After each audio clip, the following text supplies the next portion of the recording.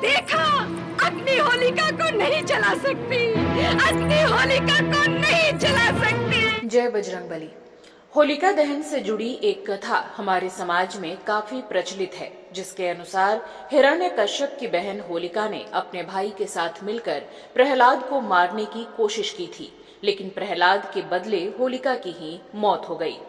इस कथा से भारत का बच्चा बच्चा वाकिफ है, लेकिन आज हम आपको इस कथा से आगे ले जाते हुए इसके गूढ़ रहस्य के बारे में बताएंगे, जैसे क्यों राक्षसी होलिका को देवी की उपाधि मिली और क्यों उन्हें पूजा जाने लगा। तो बने रहिए हमारे साथ। आप देख रहे हैं धर्म रेखा। धर्म ग्रंथ के अनुसार आदिकाल में हिरण्यकश्यप नाम का एक राक्षस था, जो कि भगवान विष्णु का परम शत्रु था।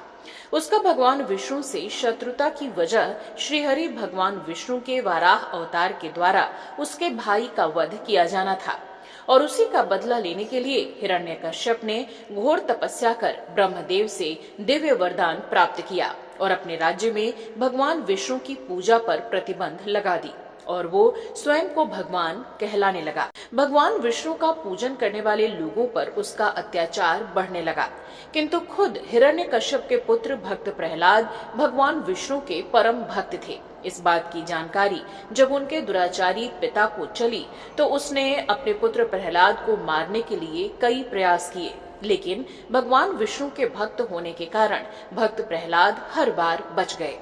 हर प्रयास में विफल होने के बाद जब हिरण्यकश्यप थक गया, तब उसने अपनी बहन होलिका का सहारा लिया, क्योंकि उसकी बहन होलिका को ब्रह्मदेव का ये वरदान प्राप्त था कि वो आग में नहीं जलेगी, और इसी के बल पर होलिका प्रहलाद को चिता पर अपने साथ लेकर बैठ गई।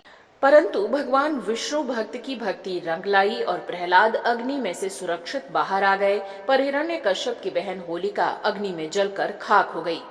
इसके बाद से ही होलिका दहन मनाने की परंपरा हमारे समाज में शुरू हुई।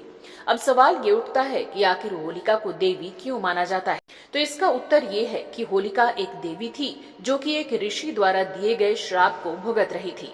आग में जलकर मृत्यु होने के कारण उस जन्म का उसका श्राप इस जन्म में पूरा हो गया, और अग्नि में जलने के कारण वो शुद्ध हो गई, और इसी कारण से होलिका को राक्षसी होने के बाद भी होलिका दहन वाले दिन राक्षसी होलिका कहकर देवी के रूप में पूजा जाता है। ऐसा माना जाता है कि होलिका दहन वाले दिन अग्नि में एक मुट्ठी चावल डालने से होलिका देवी की कृपा बनी रहती है और कोई भी आपका अहित नहीं कर पाता। तो इस तरह एक राक्षसी होलिका देवी बनी। आपको ये जानकारी कैसी लगी, कमेंट बॉक्स में लिखकर जरूर बताइएगा।